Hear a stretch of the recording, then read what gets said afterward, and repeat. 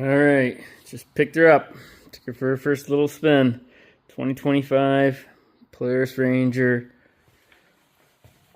1500 XD with the steel drive transmission. So what all did I do to this machine? This is not quite stock. It's got a few accessories to it. I went with the Polaris rock sliders, or what you want to call them, these guards here.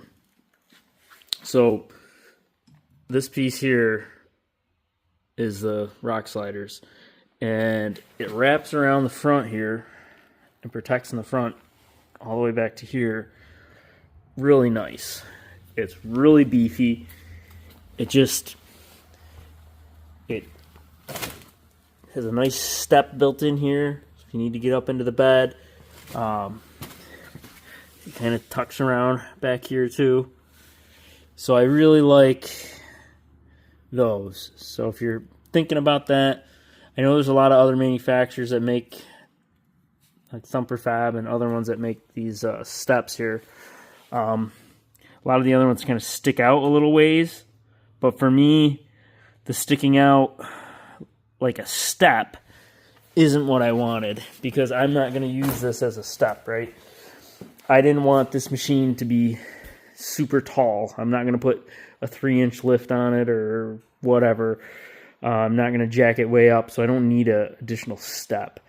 And I find that the step here, you just end up rubbing your pant leg on it when you go to get in and out. So I like that, how it's kind of tucked in there, and it has really beefy protection. Side view mirrors, those are the Polaris side view mirrors.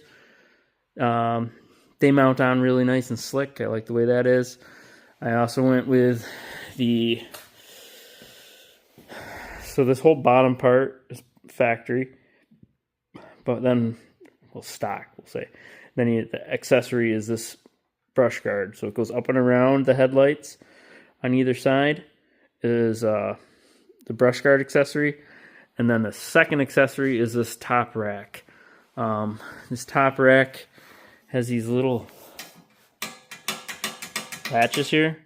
I can't do it holding the phone because you got to flip this this one here and this one here at the same time, and it takes 2 hands. So you flip those two, and then this whole thing flips right up and it pulls out. There's little like posts on the end of this that go into here, and it pulls right out. So this whole top part rack comes right out. And then you can get into your front compartment here, where your pulse bar is and everything. It's a little bit hard to get this off, with around these and stuff, but it's completely manageable. It's not hard. It's just a little awkward. So this is the ultimate version, the ultimate crew, obviously in camo version. The ultimate crew comes standard with these lights here. I added the 10-inch rigid light bar. Ridiculously bright. So let me show you kind of some of the light settings here. It's one of the things I was trying to understand when I was buying this or ordering it. Let me hold the brake. So it has these blue lights down below, which are kind of nice. Alright, so we'll put this on. So this is your light switch knob here. I'm going to flip this on the first setting here. So the first setting just gives you kind of like those mean eye looks lights. I think it looks kind of cool, kind of like daytime running lights almost. So now we'll go to low. So low beam obviously turns those on. You can see on the outer edge here it's still a little dark on either side. So now we'll go to the high beams. Okay, that's the farthest setting on the knob here. So the high beams, it lights it up pretty good. So notice still these bumper lights are not on down below. That's a separate switch from the factory. That's this switch down here. Put that on. So now those are also pretty light, pretty bright. They look kind of yellow in this video here, but they're more of a white light or what they shoot out. Really bright. And so then the light bar in the middle there, they didn't have enough switches down low, so I think it's this one here. Yep. So it's the switch up here, put it up there, and so now with that on too, that thing is really bright. That's the combo light, so they call it like flood and spotlight.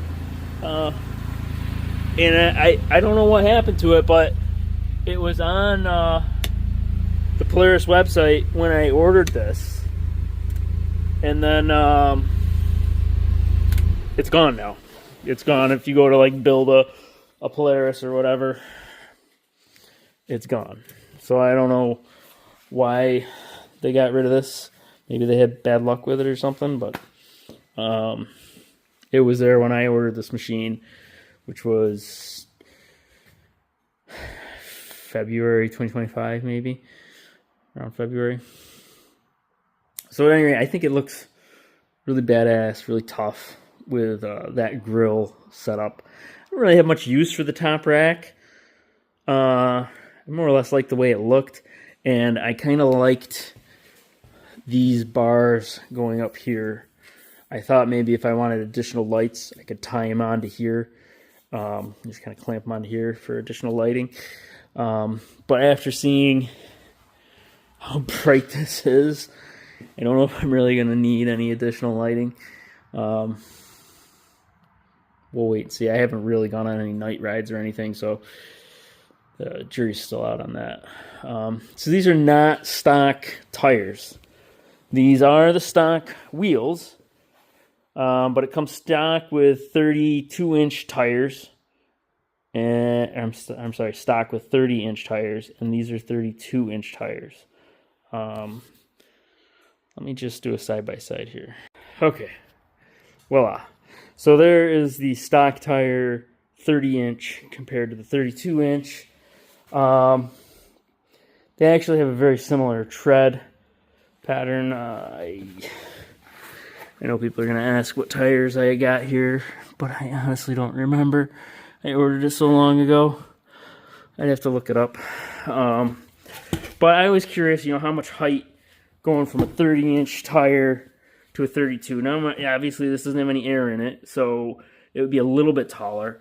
But you can see there, I mean, it's not a ton of height it's adding. Okay, give you a better perspective and more relative here. So you're talking maybe, looks like 4 inches roughly it's adding over these stock deflated tires, which if they were inflated, maybe it would only be 3 inches. So I don't know, it gives you a little bit of an idea. I was concerned about fitting in the enclosed trailer, right? Just because of height. These things are tall. But I haven't tried that yet. It'll be another time. Okay, so I went over the rock sliders, the bigger tires, which fortunately I can't tell you what brand they are. The lights, the winch I didn't mention. So the stock winch, 6,000 pound winch, has an auto stop on it, which is really nice. It comes with a remote, and there's that. You probably won't be able to see it well in the video. There's a little holder, little bracket holder right down under here, which is kind of nice. It's like a little pocket that holds this remote.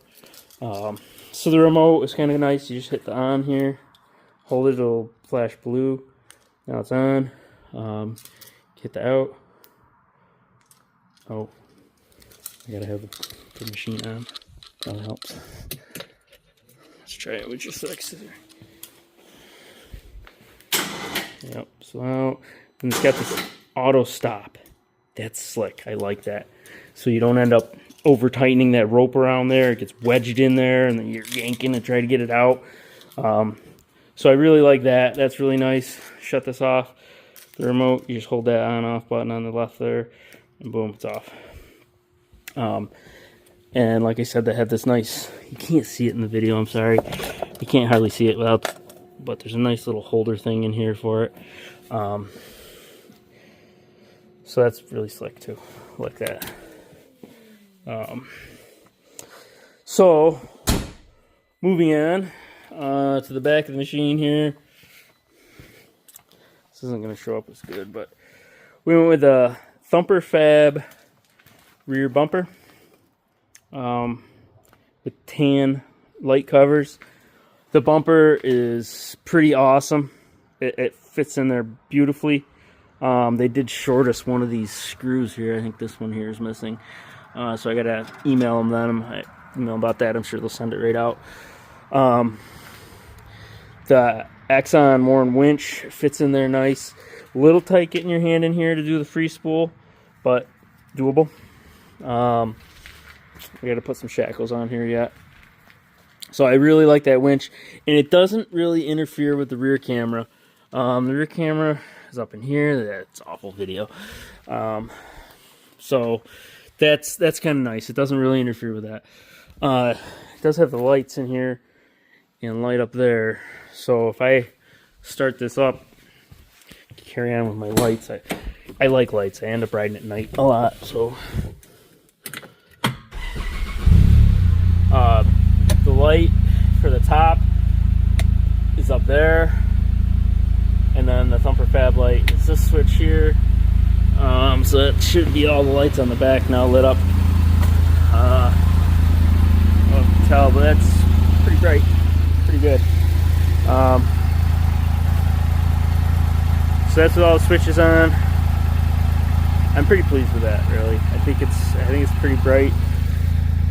Be able to see pretty well back here.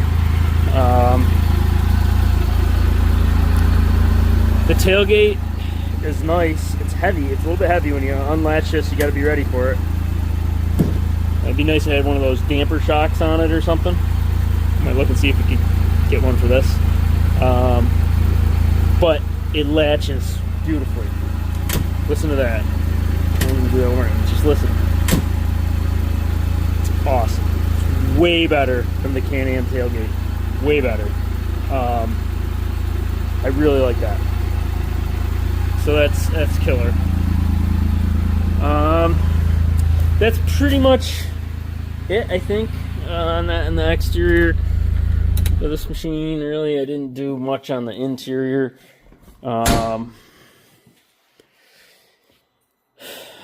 Yeah, I think that's pretty much all the doodads I added to it. Unfortunately, my yard, it literally, as soon as you pull out of my barn, if you go anywhere on the yard property, it's mud everywhere. So it kind of pained me to take this brand new machine and drive it around the yard at the same time. That's what it's for, right? So my machines are always covered in mud just because that's the nature of my property. You might as well not have a machine if you need it to be clean all the time on my property. So the other thing I'll mention too is the dump bed with the Thumper Fab bumper. So I noticed on their website they had this dump bed relocation mounting bracket. Well, what do I need that for? So what you need it for is when you dump the bed, this bumper is tied into the bed, and it kind of comes down too, and it will come down and hit the tire. Let's see if I can show that here.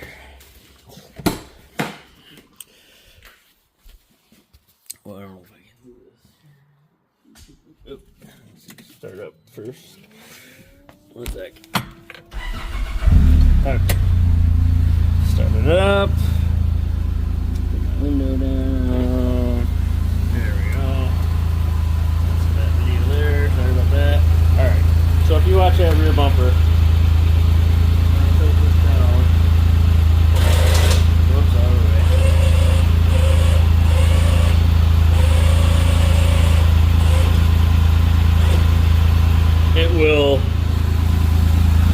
going, I stopped. If you keep going, it'll hit the tire. Now it still has plenty of dump angle. I mean, oh, that sucks. Still has plenty of dump angle on here, so I'm not worried about that for a dump standpoint or anything. If stuff's in there, it's gonna come out. At least firewood. And I'm not gonna use this to haul much other than tools and firewood and stuff like that. I'm not putting a load of gravel in the back of here and dumping it out. That's just not how I intend to use the machine. I can see if somebody else wants to do that. This rear bumper might not be the best option for you if you really want it to tilt all the way. I could go a little bit further here. Let's see. Yeah, I'm pretty close there to hitting the tire. Pretty close, and then the angle of this, it's a pretty good angle, but not, I don't think it's quite a 45. I mean, it definitely has more room to go up higher if that bumper wasn't on there. So you are limiting your tilt a little bit with that bumper, which probably it makes it a little bit harder to do service back here.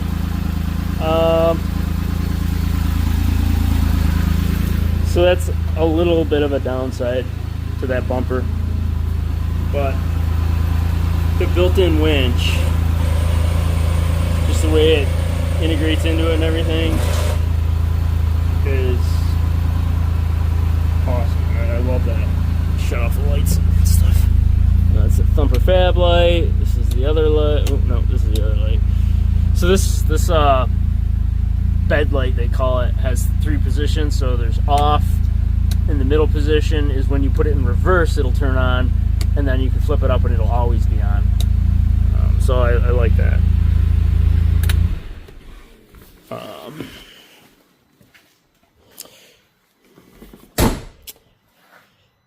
Yeah, I guess that's it. I don't have much else. I mean, the interior, we'll go over that another time in daylight because it's dark in here. You won't be able to see much. The dome light is really bright. Let me show you that. Well, dome light really is pretty bright. It's kind of nice. Oh, I don't know. I think I had the key in the auxiliary. So that is really, you don't need much more than that. I mean, that's really pretty bright light. Pretty pleased with that. I wish it turned on and off with the doors when you open the doors and stuff. It does not do that. It only switches on and off. So take note of that. That's something Polaris can improve. Put a sensor on that so when you open and close these doors, it turns on and off. I'm nitpicking here. I'm really nitpicking. Don't get me wrong. So far, you know, the first couple hours of playing with this thing, I'm pretty impressed. I'm nothing like I've ever played around with before in a UTV. I mean, I've had Honda Pioneers. My buddy has a beautiful Maverick. No, not Maverick. Can-Am. I don't know, the Can-Am one that's kind of equivalent to this. I forget the model. Beautiful machine, though. It's different, definitely different. It's kind of a league of its own. So I'm pretty stoked about it. That's all for now. All right, I just want to do a little comparison to 2022 F350 with the Carly leveling kit on it, 37-inch tires, it's a little bit taller, to the Polaris Ranger 1500 XD. No lift on it or anything, just 32-inch tires, a little bit bigger than stock. The stock's 30. Look at the tailgate height here. I don't know if you can see that, but the Polaris's tailgate is actually a little bit higher than the F350. Now That said, I can't reach into that F350. Like, I'm a short guy, but this, I can still get my armpit right up into the edge here. I'm only like 5'6" on a good day, and I can barely reach in there. So that is part of the reason why I don't want this machine any taller, is because I want to be able to reach into the bed from the side. If I was a taller guy, I might go with a taller lift on it or something. But as it is, I'm going to put a cap on this, and I think the access is going to be up an inch or two. So I'm already going to be higher trying to get into here. So I don't know if I'm going to like that or not. We'll see. But I just got all muddy leaning up against this. So I just wanted to show that real quick. Just another perspective here from this angle of the tailgate height. I mean, it's pretty much as tall as the F350. Actually taller. Yeah, if it was a stock F350, definitely be taller.